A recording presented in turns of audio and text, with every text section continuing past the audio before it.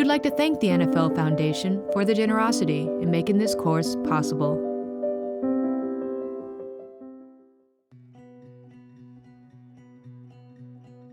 Hello, my name is Dr. Shauna Springer, and I'm the Senior Director of Suicide Prevention Initiatives at the Tragedy Assistance Program for Survivors, or TAPS. Military service members, veterans, and their families often carry a heavy burden of grief.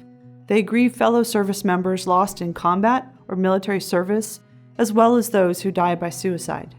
In fact, the Iraq and Afghanistan Veterans of America recently found that 59% of its members personally knew a fellow military veteran who died by suicide. Our veterans and their families often shoulder this grief outside the conscious awareness of most people in our society. As General James Mattis and his co-author Corey Shockey explain in their book Warriors and Citizens, the public is largely unaffected by deaths and wounds from the wars, and we have few public rituals beyond Veterans Day and Memorial Day to involve the public and pull the military into the broader society in times of grief.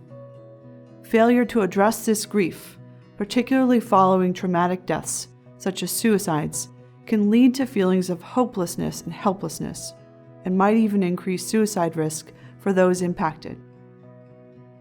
TAPS is a trusted leader in national efforts to help survivors of military loss. Over more than a decade, TAPS has developed and refined a highly effective suicide postvention model that consists of 3 phases: stabilization, grief work, and post-traumatic growth. Drawing from the lived experience of suicide loss survivor and Marine Corps veteran Dana O'Brien, this course will provide insight about healthy grief through these 3 phases. At the end of this course, you should be able to describe 2 potential impacts of grief in addition to emotional pain. Using the TAPS postvention model as a framework for healing, identify at least 2 practical strategies to help veterans express their grief and loss. This course on treating grief in the veteran population features the story of TAPS peer mentor Dana O'Brien, a Marine Corps veteran. Dana is the surviving grandfather of Daniel O'Brien, who also served in the Marine Corps and died by suicide in 2009. Dana enlisted in the Marine Corps in 1966. He served in 1st Battalion 9th Marines, the unit with the highest casualty rate in Marine Corps history during the Vietnam War. There are 747 names of Marines in my unit on the Vietnam Wall. During the 11 months and 27 days I was in Vietnam, there was one time when I felt suicidal. This was after a battle in the Leatherneck Square region located near the DMZ, during which we lost over 140 Marines. I don't recall ever having time or space to grieve these losses. We were constantly under threat, so there was no chance to grieve. What stopped me from ending my life that night was knowing that my son would grow up without a father if I died. Grief is among the most powerful of human emotions. Grief can be heart-stopping, all-consuming, and totally unpredictable, just like love. It can also feel foreign and difficult to navigate. Waves of grief can take over at any time, often when we are least expecting them. Daniel was my friend, my grandson, my buddy. We were very close. He was a kind and giving person, and he was a good Marine. His death has left a knot in my gut that will never go away. The knot has gotten smaller, and I have lots of happy days as well as some very sad ones. I am on mission now to help others who are on the same journey who have lost a loved one to suicide. The first phase of the TAPS Suicide Postvention Model represents the period immediately following the death of a loved one to suicide. These are the first days, weeks, and months when emotions are raw, answers are difficult to find, and the intense grief around the death seems endless. It's the most important phase from the perspective of safety and wellness, and it's critical that professionals, caregivers, and other family supports are extremely attentive and engaged during this period. While he was grieving Daniel's loss, Dana attended his first TAPS event. There he found support from TAPS Vice President Kim Ruwako, who has become a mentor to him on his grief journey. That day he attended a breakout group along with 25 suicide survivors. Since then, Dana has become an integral member of the TAPS family. Along the way, Dana met a fellow loss survivor named Dave Hoffman. Dave had also lost a loved one to suicide, his son John. Dana and Dave became very close friends and battle buddies, talking sometimes for 3 hours at a time. During the 2016 TAPS seminar, Dave died unexpectedly from a health-related cause. I was totally lost. Losing Dave brought back all of the grief about losing Daniel as well. I didn't know where to go or what to do. Somehow I ended up in the Artful Grief workshop.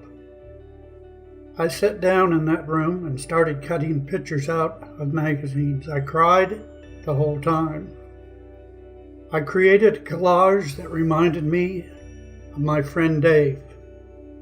By the time I was done, I felt totally relaxed, almost at peace, like Dave would want me to be. I felt like he was there with me. By allowing myself to grieve in this way, I went from feeling totally lost to feeling at peace. One of the most common obstacles to grieving for many people, veterans and civilians alike, is the fear of losing composure, or that showing grief means they are weak. This is a theme in so many veteran stories, including Dana's. Dana reflected on losing his fellow Marines in Vietnam as well. I felt grief, and at one time even felt like ending my life. But I didn't say anything. I was worried that if I were to say that something is bothering me, others would think less of me. When I first started coming to TAPS, I was not only dealing with a lot of grief, but also post-traumatic stress from being in Vietnam. I didn't want to be close to people. I wanted to sit at the back of the room and be left alone. When I felt grief, I used to worry about what other people thought. Now I know that tears are nothing to be ashamed of. Grief is a common human experience. It can also be a cause of severe distress that warrants attention. In addition to causing emotional pain, grief can cause physical pain. It can affect thoughts and feelings alike, and it can be exhausting. Grief may impact performance at work or affect emotional availability with loved ones.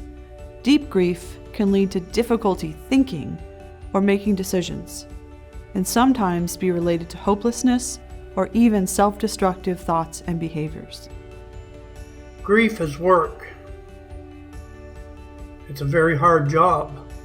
There are days when you feel down and days when you feel happy. Through my time at TAPS, I have come to see my grief as the love I have for Daniel. As providers and caregivers, working with those suffering from loss, it is critical to understand and communicate that there is no one right way to grieve. Those who serve in the military are often people of action. As such, physical expressions of grief can be very helpful as part of their healing plan. In working with military loss survivors, we have used a wide variety of strategies to help people express their grief. Dana has found healing through several different methods of expressing grief. In addition to art therapy, reading has been a critical part of Dana's growth. Because of my trauma in Vietnam, I hadn't read a book in 45 years. After Daniel's suicide, I went to his home on base. There was a book sitting among his things, one that was on the Commandant's reading list. I knew that he had been reading it because it had a bookmark where it last left off. I picked up that book and read it. I felt like he was with me. Ever since then, anytime I feel like I'm getting low, I pick up a book and read it. To me, reading has been very healing. It keeps me connected to Daniel. Other physical forms of grief expression might include such activities as shattering a rock, building a rock cairn, competing in an endurance event, or taking a silent hike, alone or with trusted loved ones. Others might find relief through writing an unsent letter to a fallen brother or sister, telling stories of the fallen around a fire pit with friends, or scheduling an extra session with a trusted provider during anniversaries of loss. Trauma reactions develop from deeply distressing or disturbing experiences. Traumas of all types can be very challenging, and recovery from those experiences looks different for every person. For many, the treatment of trauma can lead them on a journey that includes great personal change and discovery. This is known as post-traumatic growth. What we've seen within TAPS is that suicide loss survivors are often uniquely poised to achieve post-traumatic growth. In the context of a healthy grief journey, after some time, suicide survivors can be encouraged to explore possibilities for turning their losses into instruments for good. Finding meaning after suicide loss and incorporating lessons learned from the grief experience can be incredibly healing for the survivor. Dana is a prime example of the post-traumatic growth that is possible as a result of healing from suicide loss. If you could have seen me the first day I went to TAPS, you probably would not think I'm the same person. I had post-traumatic stress from the war, so initially I wanted to be left alone. I didn't want to be in a crowd, and I certainly didn't want to talk to strangers. Now I'm at the point where I am out there on a mission. It doesn't bother me a bit to stand up and talk to a crowd of people. Telling my story to help others find hope is part of this mission. When I walk into the room at a TAPS seminar, I can pick out the first-timers, the people who are new to their grief. I reach out now and I hold their hand. I let them know that, like me, they are part of the family, and I am here to support them. In 2018, Dana and his wife Linda were named TAPS Peer Mentors of the Year. A TAPS Peer Mentor is a suicide loss survivor who is at least 18 months out from his or her own loss, has taken the voluntary TAPS Peer Mentor training, and is ready to mentor others. Peer mentors are closely matched with new survivors, who then become their mentees.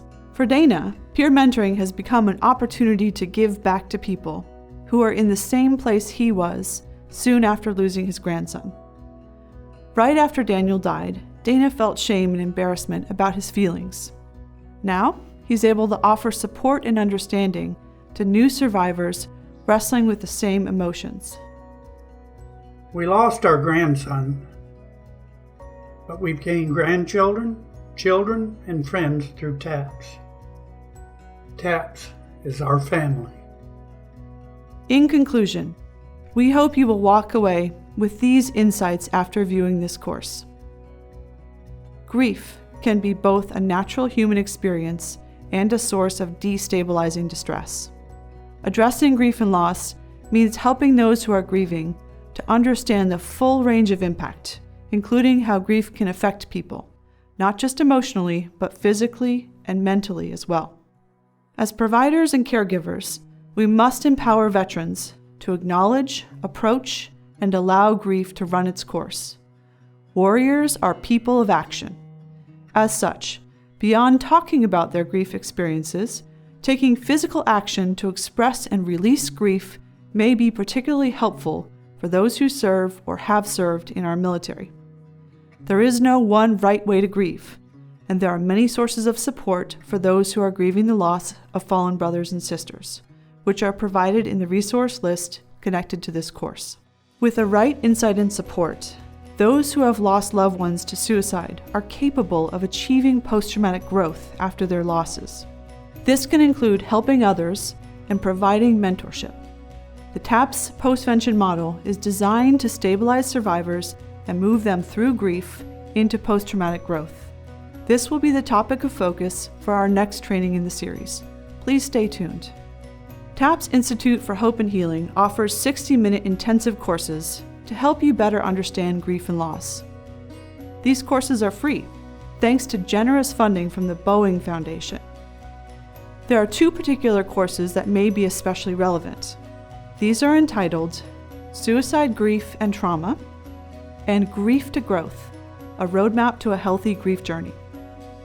To learn more, you can access both of these courses by visiting www.taps.org/suicide postvention and clicking on the link below trainings. Thank you for taking the time to take this course and for caring about our country's service members and veterans.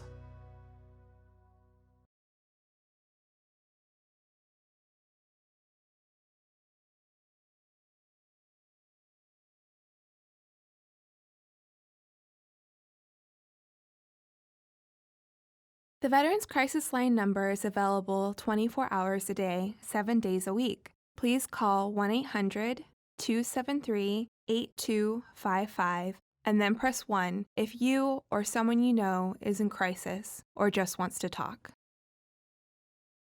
If you have any questions or need assistance, go to the PsychArmor website or call the PsychArmor support line at 844-779-2427. Thank you for completing this course and taking that one step further in learning about our American veterans.